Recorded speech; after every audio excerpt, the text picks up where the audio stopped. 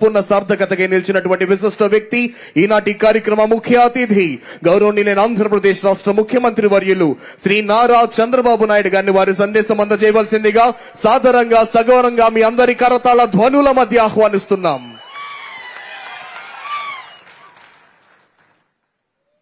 It is now my honor and privilege to invite the individual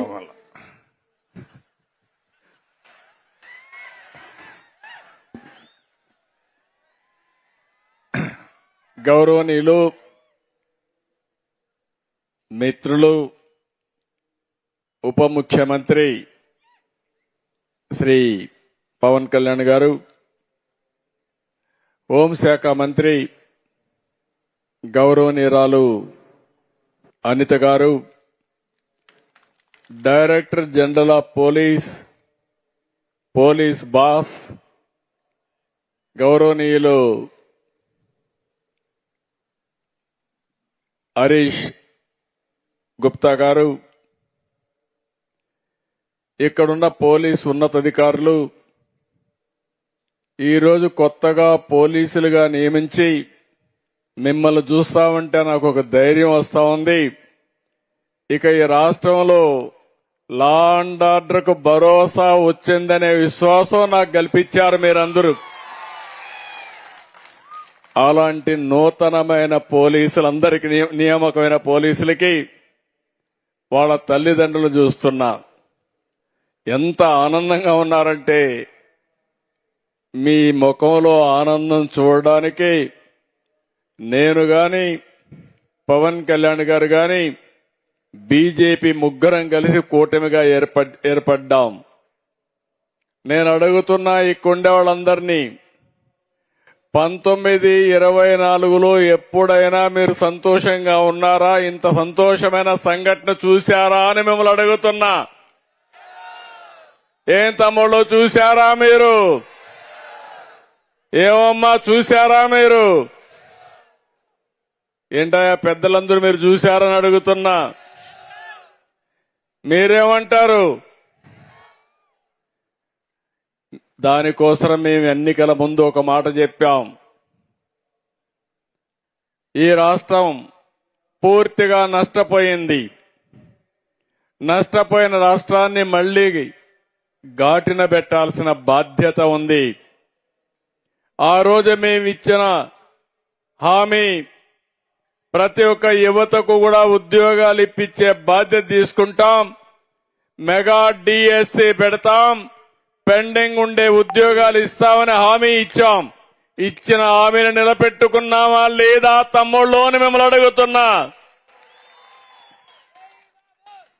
ఈరోజు మీరు చూస్తే civil గాని, ఏపీఎస్పీ కానిస్టేబుల్ గా ఎన్నికైన నా యువ కిషోరాలకి మనస్ఫూర్తిగా అభినందనలు. నేను ఆడబిడ్డలను చూశా, ఎంత దృఢ సంకల్పం ఉందంటే, మగ పిల్లలే కాదు మేము కూడా బ్రహ్మాండంగా పనిచేస్తామని ఒక అకుంఠితమైన దిశ చూపించిన ఆడబిడ్డలకు కూడా మనస్ఫూర్తిగా నమస్కారాలు, అభినందనలు. నేను చాలా సార్లు ఎక్కడన్నా వెళ్తే పిల్లల్ని అడుగుతాను, నువ్వు ఏమవుతావని అడుగుతాను. మెజారిటీ చెప్పేది నేను పోలీస్ అవుతానని. నేను ఎప్పటికప్పుడు అడిగేవాడిని, మీరు పోలీస్ అవుతామంటే అంటే లాఠీతో కొడదామని అడిగేవాడిని. కాదు, ప్రజల ప్రాణాలు కాపాడడానికి పోలీస్ అవుతానని పిల్లలు చెప్పారంటే అది పిల్లలకుండే పోలీసుల మీద నమ్మకం అని చెప్పి కూడా నేను మీకు తెలియజేస్తున్నా. ఈరోజు 4 ఏళ్లుగా వేచి చూశారు మీరు. నేను అడుగుతున్నా, పట్టుదలగా నుండుంటే కోర్టులో ఏదైనా స్టే ఉంటే వెకేట్ చేపించాలా లేదా అని అడుగుతున్నా. అలాంటిది 4 ఏళ్లుగా మీరు వెయిట్ చేస్తే ఈరోజు అనేక కోర్టు కేసులు వచ్చాయి. అన్ని కోర్టు కేసులు కూడా ఎక్కడికక్కడ పరిష్కారం చేశాం. మామూలుగా చూస్తే 1-2 కాదు 31 కేసులేస్తే హైకోర్టు నుంచి సుప్రీంకోర్టు వరకు మీకు గాని ఉద్యోగం వస్తే నాకు పవన్ కళ్యాణ్కి మంచి పేరు వస్తుందని ఉద్యోగాలు రాకుండా అడ్డుకట్టేస్తే అడ్డుకట్టను అధిగమించి మీ అందరికీ ఉద్యోగాలు ఇప్పించిన ఘనత కూటమి ప్రభుత్వాన్ని అవునా కాదా అని మిమ్మల్ని అడుగుతున్నా. 6,100 మందికి రిక్రూట్మెంట్ నోటిఫికేషన్ ఇచ్చాం. 614 మంది ఈరోజు సెలెక్ట్ అయ్యారు. రేపు ట్రైనింగ్కి వెళ్తున్నారు. ట్రైనింగ్ అవుతానే మీరందరూ కూడా మళ్ళా ఉద్యోగానికి వస్తున్నారు. ఇందులో మీరు చూస్తే 3,343 మంది సివిల్ కానిస్టేబుల్, ఏపీఎస్సిపి కానిస్టేబుల్ గా 2,414 మంది. ఇంకో పక్క మహిళలు 993 మంది, 1000 మంది దగ్గర మహిళలే ఉన్నారు. ఆ ఆడబిడ్డలను చూస్తే నాకు ముచ్చటేస్తుంది. ఎంత ధైర్యంగా ఉన్నారంటే, నేనే ఒకప్పుడు మగపిల్లలే కాదు ఆడపిల్లలు కూడా తక్కువ కాదని ఉద్యోగాల్లో 33%, చదువులో 33% రిజర్వేషన్లు పెడితే దాన్ని నిరూపించే విధంగా కడాన చాలా మంది అన్నారు ఆడపిల్లలు కానిస్టేబుల్ అవుతారా అన్నారు. అవుతారు, అందుకే పెడుతున్నానంటే ఇటీవల కాలంలో వచ్చారు. నేను కానిస్టేబుల్ గానే కాదు, ఆర్టీసీలో కండక్టర్లుగా కూడా 33% పెట్టాలని పెట్టాను. కండక్టర్లుగానే కాదు, ఆర్టీసీలో డ్రైవర్లు కావాలని కోరుకున్నాను. కానీ ఆ ఒక్క కోరిక నెరవేరలేదు. భవిష్యత్తులో ఆర్టీసీలో కూడా డ్రైవర్లుగా మా ఆడబిడ్డలు వస్తారని మరొక్కసారి ఆకాంక్షిస్తున్నా. ఈరోజు ఆడపిల్లలు చేయలేని పని ఏ పని లేదు. మీలో ఒక భావన తీసేయాల్సిన అవసరం ఉందని చెప్పి నేను మీకు తెలియజేస్తున్నా. ఈరోజు మీరు చూస్తే శ్రీకాకుళం, విశాఖపట్నం, ఈస్ట్ గోదావరి, ఎటు చూసినా 26 జిల్లాలు మా వాళ్ళు చూస్తున్నా. చాలా ప్రైడ్ గా ఉన్నారు. ఈ ప్రాంతాల నుంచి దగ్గర మీరు ఒక్కసారి చూస్తే 183 మంది గిరిజన పిల్లలు కానిస్టేబుల్ గా ఎంపికయ్యారు. వాళ్లకు ప్రత్యేకంగా అభినందనలు తెలియజేస్తున్నానని చెప్పి కూడా నేను మీకు తెలియజేస్తున్నా. తమలో ఉద్యోగాలు రావాలంటే ఎన్డీఏ కూటమి రావాలని మీరు అందరూ ఆకాంక్షించారు. నేను కూడా క్యాంపెయిన్ చేశాను. జాబ్ రావాలంటే నేను పవన్ కళ్యాణ్ గారు వస్తేనే మీకు ఉద్యోగాలని చెప్పావా లేదా అని అడుగుతున్నా. ఒకసారి చరిత్ర కూడా మీరు నెమరేసుకోవాల్సిన అవసరం ఉంది. నేను ఎప్పుడొచ్చినా గవర్నమెంట్ ఉద్యోగాలు ఇస్తాను, ప్రైవేట్ ఉద్యోగాలు వస్తాయి. కానీ వేరే వాళ్ళు వస్తే మాత్రం ఉండే ఉద్యోగాలు ఊడిపోతాయి.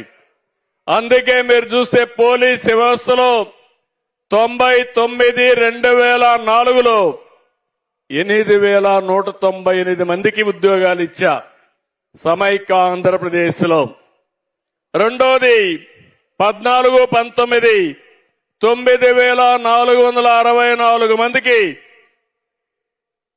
జూన్ 18 నోటిఫికేషన్ ఇచ్చి పరీక్షలు కూడా మార్చి 2019లో పెట్టాం. ఇప్పుడు మళ్లీ ఒకసారి చూస్తే 6,014 ఉద్యోగాలు ఇచ్చాం. మొత్తం కలిసి 23,676 ఉద్యోగాలు నేను ముఖ్యమంత్రిగా ఉన్నప్పుడు మీకు ఇచ్చానంటే ఈ పోలీసు వ్యవస్థ పైన నాకుండే నమ్మకం. మొత్తం 58,000 మంది కానిస్టేబుల్ ఉన్నారు. అందులో 24,000 మందికి నేనే ఉద్యోగాలు ఇచ్చా. దీనికి నేను గర్వపడుతున్నానని చెప్పి కూడా నేను మీకు తెలియజేస్తున్నా. ఇంకో పక్క నేను ఇక్కడుండే తల్లిదండ్రులకి, రాష్ట్రంలో ఉండే తల్లిదండ్రులందరికీ హామీ ఇస్తున్నా. నేను ఆ రోజు ఎన్నికల మేనిఫెస్టోలో ఒక మాట చెప్పాను. నేను గాని పవన్ కళ్యాణ్ గారు గాని ఉద్యోగం ఫస్ట్ అని, జాబ్ ఇవ్వడమే మా లక్ష్యమని. అందుకనే మీరు ఒకసారి చూస్తే ఎన్నికల మేనిఫెస్టోలో 20 లక్షల ఉద్యోగాలు ఇస్తామని నేను చెప్పిన మాటకు నేను కట్టుబడి ఉన్నానని మరొక్కసారి మీ అందరికీ హామీ ఇస్తున్నాం. ఇప్పటికీ మెగా డిఎస్సి 15,591 మందికి ఉద్యోగాలు ఇచ్చాం. ఈరోజు 6,014 మందికి ఇక్కడ ఉద్యోగాలు ఇచ్చాం. ఇంకో పక్కన మీరు ఒకసారి చూస్తే ఈరోజు రాష్ట్రంలో అన్ని డిపార్ట్మెంట్లలో 4,51,347 మందికి ఇప్పటికే ఉద్యోగాలు ఇచ్చాం. ఇది కాకుండా మీరు ఒకసారి చూస్తే దగ్గర 197 ప్రపోజల్ 8,55,173 కోట్ల రూపాయలు పెట్టుబడులు ఇవన్నీ పూర్తయితే 8,23,922 మందికి ఉద్యోగాలు. మొన్నే విశాఖపట్నం పార్ట్నర్షిప్ సబ్మిట్ జరిగింది. అందులో మీరు చూస్తే 538 ఎంఓయూలు చేశాం. 11,38,000 కోట్ల రూపాయలు పెట్టుబడులు వస్తున్నాయి. ఇది వస్తే 11,37,000 మందికి ఉద్యోగాలు వస్తాయి.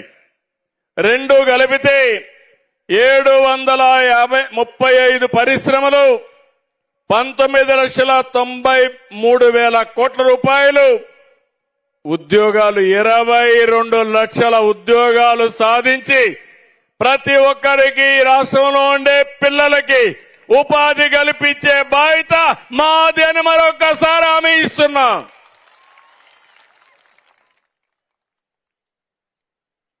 ఇవన్నీ మీరు చూస్తే గత ప్రభుత్వం ఎన్నికల ముందు నోటిఫికేషన్ ఇచ్చారు. మీకు జ్ఞాపకం ఉంటుంది, నేను ఒక మాట చెప్పాను. నేను మాయా మాటలు చెప్పను, చెప్పిన మాటకు కట్టుబడి ఉంటా. తప్పకుండా ఉద్యోగం ఇస్తానని చెప్పానా లేదా అని మిమ్మల్ని అడుగుతున్నా. చెప్పానా లేదా? చేశామా లేదా? గట్టిగా చెప్పండి. చేశారు అంటే గట్టిగా చప్పట్లు కూడా చెప్పండి చేశారని. చిత్తశుద్ధి ఉంది. 31 రిట్ పిటిషన్లు వేశారు. హైకోర్టు నుంచి సుప్రీంకోర్టు వరకు అన్ని కూడా అధిగమించాం. ఇంకో పక్కన పరీక్షలు కూడా రికార్డ్ టైంలో నిర్వహించాం. 60 రోజుల్లో ఫలితాలు ప్రకటించాం. ఇంకో పక్కన చూపిస్తే నేను అడుగుతున్నా ఈ కొండే వాళ్ళందరినీ, ఎవరికైనా ₹1 లంచం ఇచ్చారా తమ్ముళ్ళు ఆడబిడ్డలు అని మిమ్మల్ని అడుగుతున్నా.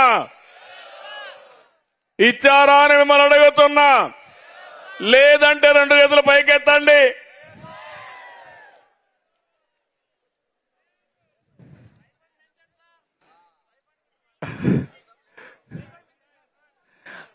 తప్పకుండా అవన్నీ ఆలోచించి మనం చేసుకుందాం. ఎక్కడ అవినీతి పొరపాట్లు జరగకుండా నియామకాల్లో టెక్నాలజీ ఉపయోగించాం. మీరందరూ చూసుంటారు, ఫిజికల్ ఈవెంట్స్ అన్ని టెక్నాలజీలో పెట్టాం. డిజిటల్ మీటర్తో ఎత్తు ఛాతీ కొలతలు తీసుకున్నాం. లైవ్ గా రికార్డు పెట్టమన్నాం. RFID పెట్టి చిప్పుల సహాయంతో 100 మీటర్లు 1600 మీటర్ల పరుగులు లాంగ్ జంప్ పరీక్షలను నిర్వహించాం. దీనికంటే పగడ్బందీగా ఎవరైనా చేస్తారా తమ్ముళ్ళు అని అడుగుతున్నా మిమ్మల్ని. నేను గాని, మా మిత్రుడు పవన్ కళ్యాణ్ గాని, లోకేష్ గాని, బీజేపీ గాని, అనిత గాని ఏ ఒక్కరికైనా రికమెండ్ చేశామా తమ్ముళ్ళు అని మిమ్మల్ని అడుగుతున్నా. అది మా చిత్తశుద్ధి. వ్యవస్థపై నుండే మా నమ్మకం అని చెప్పి కూడా నేను మీకు తెలియజేస్తున్నా. ఇలాంటివన్నీ చేసిన తర్వాత నేను ఒకటే మిమ్మల్ని అందరినీ కోరుతున్నా, భవిష్యత్తును దృష్టిలో పెట్టుకుని రాష్ట్రానికి ఏం చేయాలో చేయడం కోసం ముందుకు పోతున్నాం. మీరందరూ కూడా నిన్నటి వరకు ఒక ఆలోచన చేశారు, ఉద్యోగం కావాలని ఆలోచన చేశారు. ఇప్పటి నుంచి మీ దృష్టి అంతా కూడా ఈ రాష్ట్ర ప్రయోజనాలపైన ఉండాలి.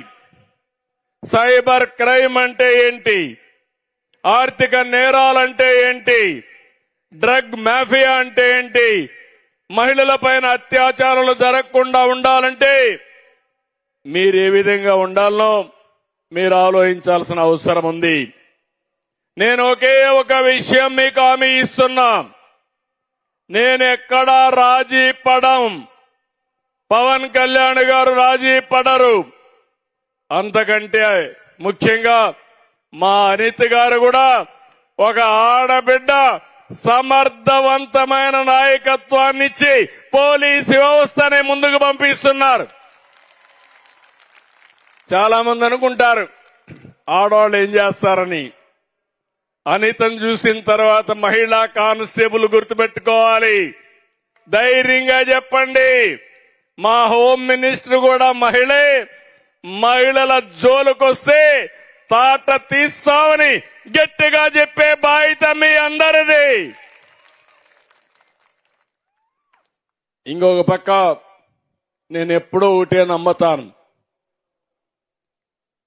ఒక సుపరిపాలన అంటే, సమర్థవంతమైన పాలన అంటే ఎక్కడికక్కడ లా అండ్ ఆర్డర్ ఉండాల్సిన అవసరం ఉంది. ఎందుకు నేను ఈ మాట వాడుతున్నానంటే, లా అండ్ ఆర్డర్ ఎక్కడుంటుందో అక్కడ ప్రజల్లో ఒక భద్రత ఉంటుంది. నేను ఎన్నోసార్లు చెప్పాను, ఈ రోజు మీరు ఒక్కసారి చూస్తే అందరూ ఆనందంగా సుఖ సంతోషాలతో ఉన్నారంటే, వాళ్ళ ఆస్తులు భద్రంగా ఉన్నాయంటే, బయట పోయిన వాళ్ళు తిరిగి ఇంటికి సేఫ్ గా వస్తున్నారంటే మనకందరికీ రక్షణగా ఉండే ఏకైక వ్యవస్థ పోలీసు వ్యవస్థ. దానికి కారణం అందులో పనిచేసే పోలీసు సిబ్బందే కారణం అని చెప్పి మరొక్కసారి తెలియజేస్తున్నాను. 1924 పోలీసు వ్యవస్థకుండే పేరు. ఇప్పుడు అనిత్ గారు హోమ్ మినిస్టర్గా, డీజీపీగా, హరీష్ గుప్తా గారు వచ్చిన తర్వాత సమర్థవంతమైన పోలీసు వ్యవస్థకి శ్రీకారం చుట్టారు. నేను ఎప్పుడు కూడా మీరు గుర్తుపెట్టుకోవాలి, నేను ఎప్పుడూ లా అండ్ ఆర్డర్ పైన రాజీ పడను. సమైక్య ఆంధ్రప్రదేశ్ నేను ముఖ్యమంత్రి అయినప్పుడు నాకు కొన్ని సమస్యలు వచ్చాయి. రాయలసీమలో ముఠా నాయకత్వం, ఒకరినొకరు చంపుకునే వాళ్ళు ఇక్కడ రాయలసీమ వాళ్ళందరూ ఉంటారు. కడప వీళ్ళందరూ ఉన్నాం ఇక్కడ. నేను కూడా రాయలసీమ వాడిని. అవునా కాదా నేను అడుగుతున్నా మిమ్మల్ని. ఇప్పుడు ముఠాలు ఉన్నాయని మిమ్మల్ని అడుగుతున్నా. ఒకప్పుడు హైదరాబాద్ 6 నెలలు కర్ఫ్యూ. హైదరాబాద్ నుంచి బెంగళూరు పోవాలన్నా, విజయవాడకు రావాలన్నా ఓల్డ్ సిటీకి పోవాలి. హైకోర్టు పోవాలంటే ఓల్డ్ సిటీకి పోవాలి. అలాంటి మత విద్వేషాలు ఇప్పుడే నేను అభినందిస్తున్నా. నాకు గబ్బర్ సింగ్ అనే ఒక డీసీపీ ఉండేవాడు. అప్పుడు పవన్ కళ్యాణ్ గారు సినిమా కూడా తీశారు ఆ గబ్బర్ సింగ్ అని పెట్టి. అంటే ఆయన క్యారెక్టర్ ని గబ్బర్ సింగ్ గా పవన్ కళ్యాణ్ గారు యాక్ట్ చేశారు. ఆయన్ని పెట్టి కమ్యూనల్ వైలెన్స్ కంట్రోల్ చేశాం. తిరిగి ఎవడైనా సరే రోడ్డు మీదకొచ్చి మత విద్వేషాలు రెచ్చగొడితే అదే చివరి రోజుని నియంత్రణ చేసిన ఘనత ఆనాటి ప్రభుత్వాన్ని చెప్పి కూడా నేను మీకు తెలియజేస్తున్నా.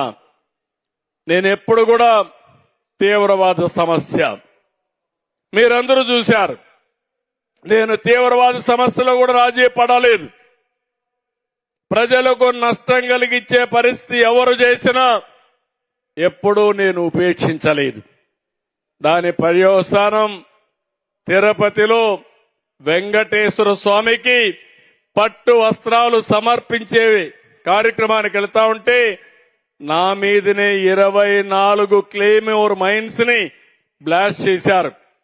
తమ్ముళ్ళు ఇక్కడ యువ కిషోరాలున్నారు. ఆ రోజు కూడా నేను భయపడలేదు. నా జీవితంలో పిరికితనం లేనే లేదని మరొక్కసారి విజ్ఞప్తి చేస్తున్నా. మీరు కూడా అలాంటి స్ఫూర్తిని తీసుకుని ఎంతో మంది పోలీసు వ్యవస్థలో ప్రజల కోసం ప్రాణత్యాగాలు చేసిన వాళ్ళు ఉన్నారు. సీనియర్ ఆఫీసర్స్ ఉన్నారు, జూనియర్ ఆఫీసర్స్ ఉన్నారు. అలాంటి సందర్భాలు చూసుకున్నప్పుడు ఏదైనా త్యాగాలు చేస్తారంటే ఆ త్యాగాలకు మారుపేరు పోలీసు వ్యవస్థ. దానికి నేను గర్వపడుతున్నానని చెప్పి కూడా నేను మీకు తెలియజేస్తున్నా. ఇప్పుడే నేను మిత్రుడు పవన్ కళ్యాణ్ గారికి ఒక చిన్న మాట చెప్పాం. బాబురావు ఒక చిన్న కోరిక కోరాడు. ఆ కోరిక మా ఊరికి ఆయనకు ఉద్యోగం వచ్చిన సంతోషం ఉంది కానీ ఊరి సమస్య మిగిలిపోయిందని అవకాశం దొరకతానే నాకు ఒక మాట నా చెవులో వేశాడు. నేను పవన్ కళ్యాణ్ గారికి చెప్పాను, ఎలుగురాతి బండ వాళ్ళ ఊరి పేరు, తెమ్ముల బండ నుంచి ఎలుగురాతి బండ వరకు రోడ్డు కావాలని అడిగితే మా ఊరికి రోడ్డు కావాలని అడిగాడు. అడిగిన వెంటనే పవన్ కళ్యాణ్ గారికి చెప్పాను. ఇక్కడే ఉన్నాడు. ఎంత కమిట్మెంట్ తో పనిచేస్తున్నారో ఇది ఒక ఉదాహరణ మాత్రం. ఇమ్మీడియట్ గా 3,90,00,000 అవుతుంది తెప్పించాడు. ఈ రోజే ఇంటికి పోతానే శాంక్షన్ కూడా చేసి పని కూడా ఇమ్మీడియట్ గా ప్రారంభిస్తారు. ఇది కూటమి ప్రభుత్వం యొక్క కమిట్మెంట్ అని అడుగుతున్నా.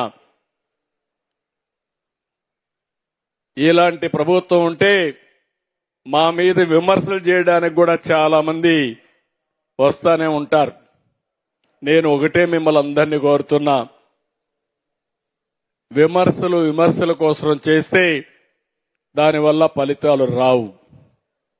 చిత్తశుద్ధుండి పనిచేసినప్పుడు మీరు కూడా గుర్తుపెట్టుకోవాల్సింది, ఏ ప్రభుత్వం వల్ల మీ జీవితాలకు మంచి జరుగుతుందో, మీ జీవన ప్రమాణాలు పెరుగుతాయో మీరందరూ కూడా గుర్తుపెట్టుకోవాల్సిన అవసరం ఉందని చెప్పి కూడా నేను మీకు తెలియజేస్తున్నా. సూపర్ 6 చెప్పాం, సూపర్ హిట్ చేశామా లేదా అని మిమ్మల్ని అడుగుతున్నా. ఇప్పుడు ఇక్కడ కానిస్టేబుల్ ఉద్యోగాలు వచ్చిన దానికి మీకు హ్యాపీ, సూపర్ 6 చేసిన దానికి మీ కుటుంబానికి కూడా హ్యాపీ. పెద్దలందరూ ఉన్నారు. ఎప్పుడూ ఇవ్వనన్ని సంక్షేమ కార్యక్రమాలకు నాంది పలికాం. 18 నెలలు చరిత్ర సృష్టించామని చెప్పి కూడా నేను మీకు తెలియజేస్తున్నా. ఈ రోజు నేను ఒకటే మిమ్మల్ని కోరుతున్నాను, అందరిని అడిగాను. Highly qualified MTech, MSc, BSc, MA, BEd బాగా చదువుకున్నారు. అందరికీ టెక్నాలజీ మీద పట్టుంది. నేను ఒకటే మిమ్మల్ని అందరినీ కోరుతున్నాను, ఎన్నోసార్లు చెప్పాను, ఒకప్పుడు మనందరం హార్డ్ వర్క్ చేసేవాళ్ళం. ఇప్పుడు హార్డ్ వర్కే కాదు, స్మార్ట్ వర్క్ చేయాల్సిన అవసరం ఉంది. పోలీస్ వ్యవస్థకు మీకు ఒకటే విజ్ఞప్తి చేస్తున్నా, ఇందులో మీరు చూడాల్సింది ఇన్విజిబుల్ పోలీస్ కనపడకూడదు, విజిబుల్ పోలీసింగ్. మీది 3వ నేత్రంగా ఉండాలి.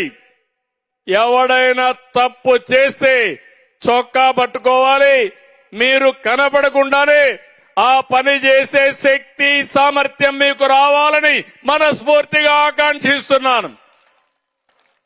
ఈరోజు సింగపూర్ ఉంది, రోడ్లు ఎక్కడ పోలీసులే కనపడరు. మనం అందరం అనుకుంటాం ఎవడో కనపడలేదు కాబట్టి దారి మళ్ళిచ్చి పోదాం, రాంగ్ రూట్లో పోదామని. రాంగ్ రూట్లో పోతానే చొక్కా పట్టుకునే పరిస్థితిలో ఉంటారు. ఎయిర్పోర్ట్ లో చూస్తే ఎవ్వడు పోలీసే ఉండడు, ఎక్కడ చూసినా నిఘా కేంద్రాలు ఉంటాయి. ఎవడన్నా తప్పు చేస్తే 2 నిమిషాల్లో పట్టుకోవడమే కాదు, తప్పు చేసిన వాడు మళ్ళా కనపడడు. అలాంటివన్నీ చేసే పరిస్థితికి వస్తున్నారు. ఈ రోజు నేను మిమ్మల్ని అందరినీ ఒకటే కోరుతున్న, టెక్నాలజీ ఉపయోగిద్దాం.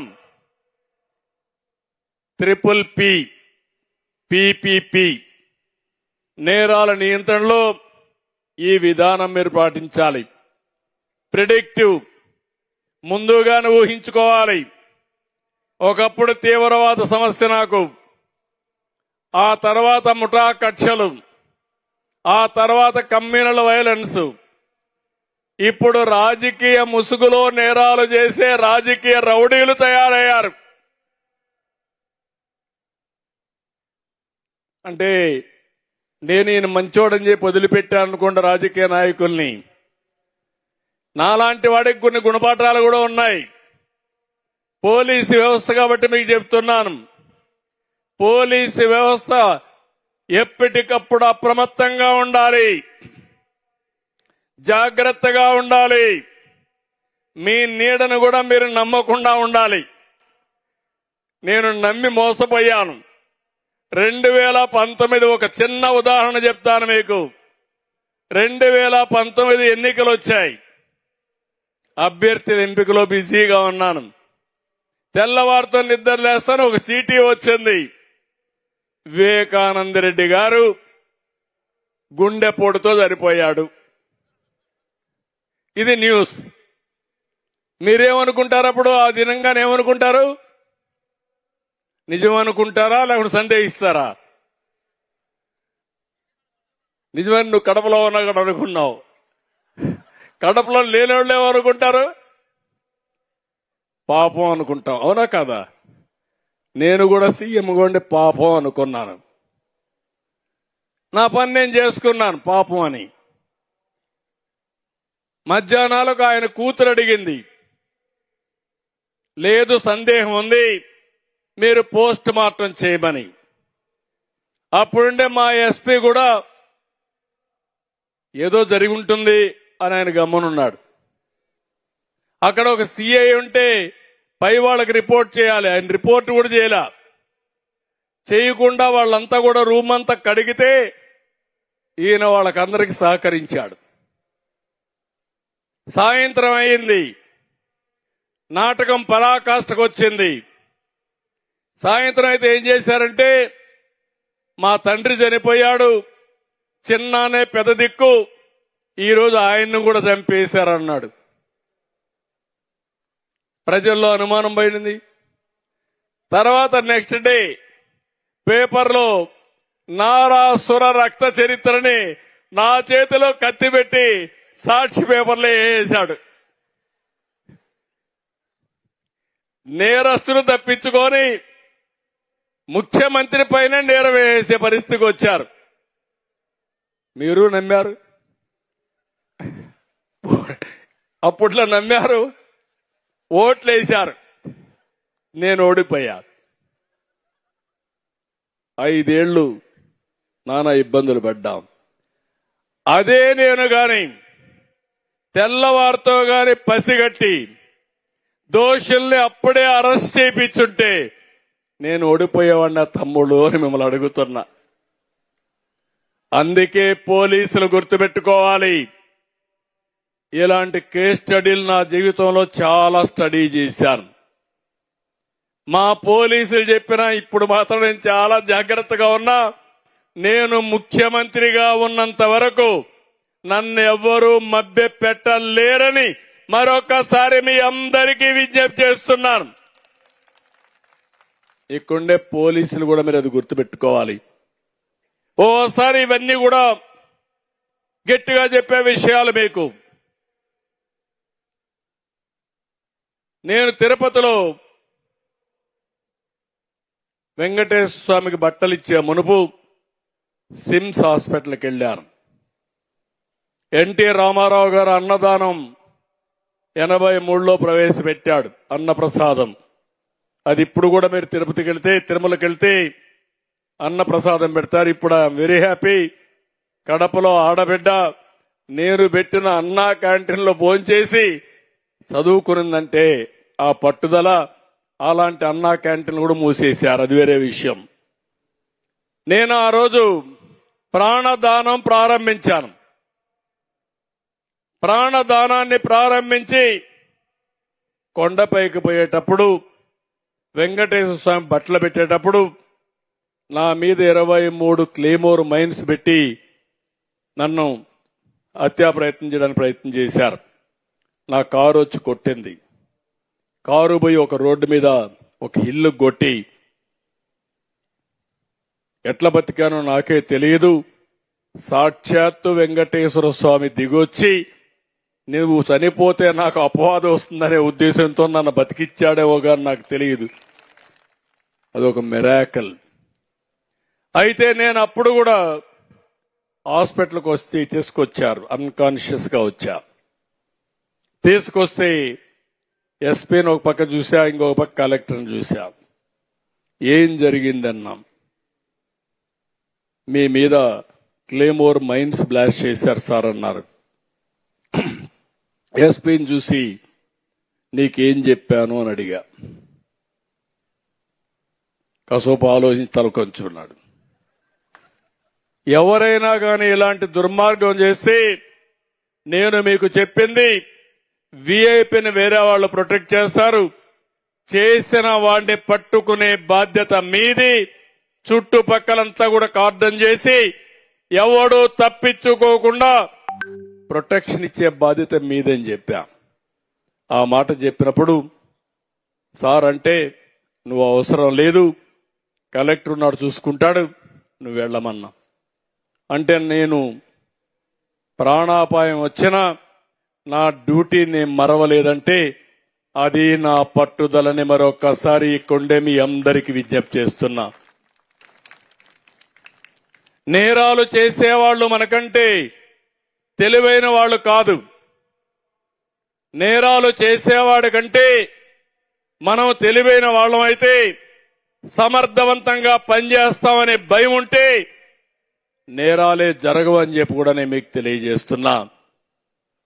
మీరు చూస్తున్నారు ఇప్పుడు ఎన్డీఏ ప్రభుత్వం ఉంది. ఇక్కడ నేరాలు తగ్గాయా లేదా అని మిమ్మల్ని అడుగుతున్నా. తగ్గాయంటే చేతులు గట్టిగా చెప్పండి. తగ్గాయంటే గట్టిగా చప్పట్లు కొట్టి నేరాలు తగ్గాయని చెప్పండి.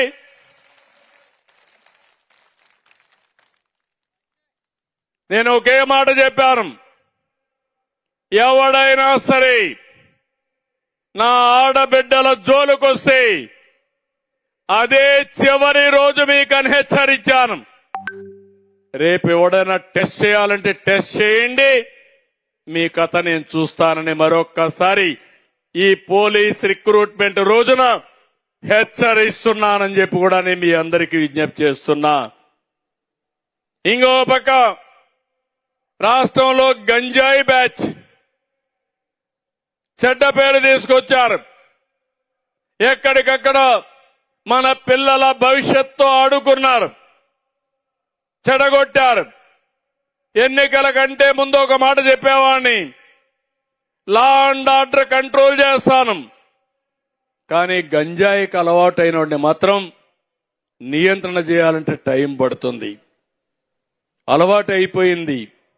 సాయంత్రం అయితే గంజాయి తీసుకోకపోతే పిచ్చెక్కుతుంది. వీళ్ళని మార్చాలంటే చాలా టైం పడుతుందని చెప్పా.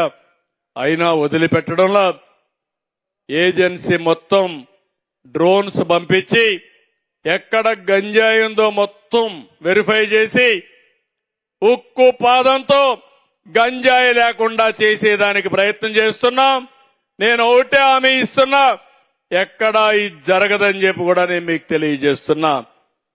మూడోది రౌడీజం. చిన్న రౌడీలకి పెద్ద రౌడీలకి మా పోలీసుల ద్వారా కొత్త సైన్యం వచ్చారు కాబట్టి మీరు ఒక ధైర్యం ఇచ్చారు కాబట్టి వాళ్ళకు కూడా హెచ్చరిక చేస్తున్నా. ఎవడైనా రౌడీజం చేస్తే ఈ రాష్ట్రంలో ఉండడానికి అర్హత లేదు. ఒకప్పుడు ఆంధ్రప్రదేశ్ లో ఎవడన్నా రౌడీలు చేస్తే చోటా మోటా రౌడీల్ని రాష్ట్రం నుంచి బయట పంపించేశారు. ఆ దెబ్బతో ఎవడూ రౌడీజం చేయడం మానేశాడు. ఇప్పుడు కూడా దానికి కట్టుబడి ఉన్నానని చెప్పి కూడా నేను మీకు తెలియజేస్తున్నా. మీలో కావాల్సింది ఎక్కడికక్కడ ఆలోచించండి. నేరాలు మారుతున్నాయి. మారిన నేరాలు అర్థం చేసుకుని మీరంతా కూడా ప్రిడిక్టివ్ గా ముందుకు పోవాలి, అంచనాలు వేసుకోవాలి. క్రియాశీలకంగా మీరు ఆలోచించుకోవాల్సిన అవసరం ఉంది. ఒక నేరం జరిగిన తర్వాత ఆలోచిస్తే నేరం జరగకుండా మీరు నివారించలేరు. నేర స్వభావం ఉండే వ్యక్తులపైన కన్నెయ్యాలి. అదే సమయంలో సీసీటీవీ కెమెరాల్లో కూడా నేరాలు చేసే వాళ్ళందరూ ఫోటోలు పెడతాం. వాళ్ళకు కూడా హెచ్చరిస్తున్నా, మీ రోజులు అయిపోయినాయి, నేరాలు చేయొద్దండి. చేస్తే మాత్రం మిమ్మల్ని వదిలిపెట్టమని చెప్పి హెచ్చరిస్తున్నా. ఇంకో పక్క ప్రివెన్షన్ కోసం మీరు ముందుకు పోవాల్సిన అవసరం ఉంది. నేరాలు తగ్గించడానికి అవసరమైన ప్రణాళికలు తయారు చేసుకోవాలి. ముందు జాగ్రత్తలు చేయాలి. అప్రమత్తల్ని పాటించాలి. టెక్నాలజీ వాడుకుంటే నియంత్రణ చేసే పరిస్థితి వస్తుంది. ఇంకో పక్కన మీరందరూ కూడా నేరం జరిగిన వెంటనే మీరు స్పందించే పరిస్థితి రావాలి. వేగం కూడా పెంచాలి. ఎందుకు నేను ఈ మాట వాడుతున్నానంటే, ఇటీవల ఒక కేసు ఒకటి జరిగింది ఇక్కడ. ఆ కేసు మీరు చూస్తే ఒక పాస్టర్ చనిపోయాడు. నేను కూడా బాధపడ్డా. చనిపోతే ఇది ప్రభుత్వమే చంపేసిందని నేరాన్ని వేయడానికి కొంతమంది దుష్ట శక్తులు ప్రయత్నం చేశారు. నేను మా పోలీసుని అడిగాను, నాకైతే తెలియదు ఆ పాస్టర్ ఎవరో, మీకేమన్నా ఐడియా ఉందన్నారు. మాకు కూడా ఐడియా లేదు సార్ అన్నారు. హైదరాబాద్ లో ఉంటాడు, రాజమండ్రికి వెళ్తున్నాడు. రాజమండ్రికి వెళ్లే ముందు ఆయన యాక్సిడెంట్ లో చనిపోయాడు. ఆ నేరాన్ని రాజకీయ ప్రత్యర్థులు కొంతమంది వాళ్లతో కలిసి నేరాన్ని ప్రభుత్వం పైన వేశారు. మా పోలీసుని అడిగారు, ఇమ్మీడియట్ గా చెక్ చేయమన్నాను. చెక్ చేయడం మొదలుపెట్టారు. కడాన నేను అడిగాను, మొత్తం సీసీటీవీ కెమెరాలు ఉన్నాయి, లింకులన్నీ తీయమన్నాం. లింకులన్నీ తీస్తే హైదరాబాద్ లో బయలుదేరి దారి మొత్తం తాగుతూ తూలుతూ ఎక్కడికక్కడ పడుతూ కడారబోయి అక్కడ పోయి చనిపోయే పరిస్థితికి వచ్చాడు. ఏ షాపులో బ్రాందీ కొన్నాడు, ఎక్కడ కిందన పడ్డాడు, ఫోటోలతో సహా వచ్చాయి. అన్ని ఫోటోలు బయట పెడితే దొంగలు తేలుగుట్టినట్టు అక్కడి నుంచి మాట్లాడడం మానేశారు. నేను అడుగుతున్నా మిమ్మల్ని, అదే సీసీటీవీ కెమెరాలో ఆ దృశ్యాలు లేకపోతే ఆ నేరం ప్రభుత్వాన్ని, ఆ హత్య ప్రభుత్వాన్ని, ఆ తర్వాత ముఖ్యమంత్రి అతన్ని చంపేశాడని నా మీదనే పెట్టేసేవాళ్ళు. ఇలాంటివన్నీ ఉంటాయి. నేను అందుకే మీ అందరినీ ఒకటే కోరుతున్నా, ఏ నేరమైనా, చిన్న నేరం గాని పెద్ద నేరాన్ని గాని తీవ్రంగా మీరు తీసుకోవాలి, అధ్యయనం చేయాలి. అన్ని కోణాల్లో మీరు ముందుకు పోతే అప్పుడే ఇది సాధ్యమని చెప్పి కూడా నేను మీకు తెలియజేస్తున్నా. నేను అందుకనే ఈరోజు నేను చాలాసార్లు చూశాను, ఒకప్పుడు నేరస్తులు రాజకీయాల్లో ఉండేవాళ్ళు కాదు, నేరాలు చేసేవాళ్ళు కూడా రాజకీయ నాయకులు సపోర్ట్ చేసేవాళ్ళు కాదు, భయపడేవాళ్ళు. ఇప్పుడు బరిదిగించే పరిస్థితికి వస్తున్నారు. ఎందుకంటే మామూలు నేరస్తుల్ని మనం హ్యాండిల్ చేయొచ్చు, కానీ రాజకీయంగా ఉండే నేరస్తులైతే వాళ్ళకి సపోర్ట్ కూడా వచ్చే పరిస్థితి వస్తుంది. కానీ ఒకే ఒక విషయం, ఈరోజు ఇక్కడ కోరుతున్నా, నేను ఎక్కడా రాజీ పడను. రేపు మా పార్టీ చేసినా మా మిత్రుడు పవన్ కళ్యాణ్ పార్టీ గాని ఎవరు మేము చెయ్యం. చేస్తే అలాంటి నేరస్తులకి పూర్తిగా సహకరించమని మరొకసారి మీ అందరికీ విజ్ఞప్తి చేస్తున్నా. మాకు స్టేట్ ఫస్ట్. ప్రజలకు ఎక్కడ కూడా అసౌకర్యం కలగడానికి వీలు లేదు. రాష్ట్ర భద్రతకే మా ప్రాధాన్యత. అందుకే నేను మిమ్మల్ని అందరినీ కోరుతున్నా, ఇటీవల కొన్ని చూస్తే నాకు ఆశ్చర్యం వేస్తుంది. లేడీ డాన్స్ తయారైపోయారు. మహిళల్లో ఈ రౌడీలుంటారు నేను ఊహించలేదు. మనుషులు కూడా చంపించే పరిస్థితికి వస్తున్నారు.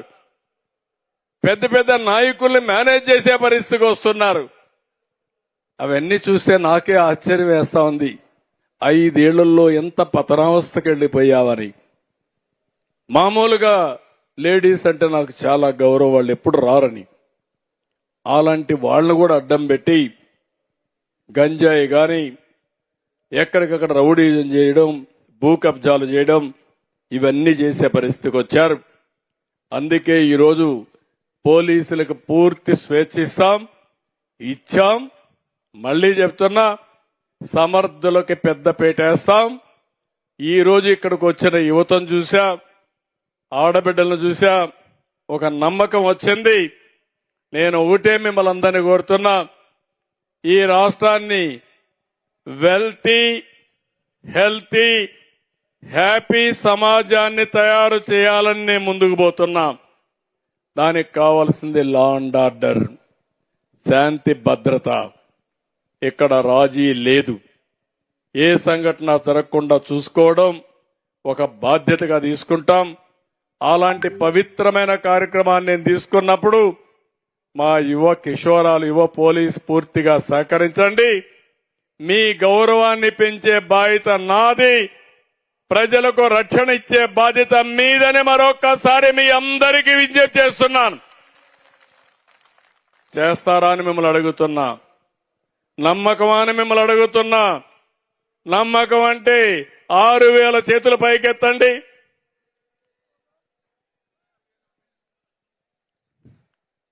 ఓకే, శబాష్.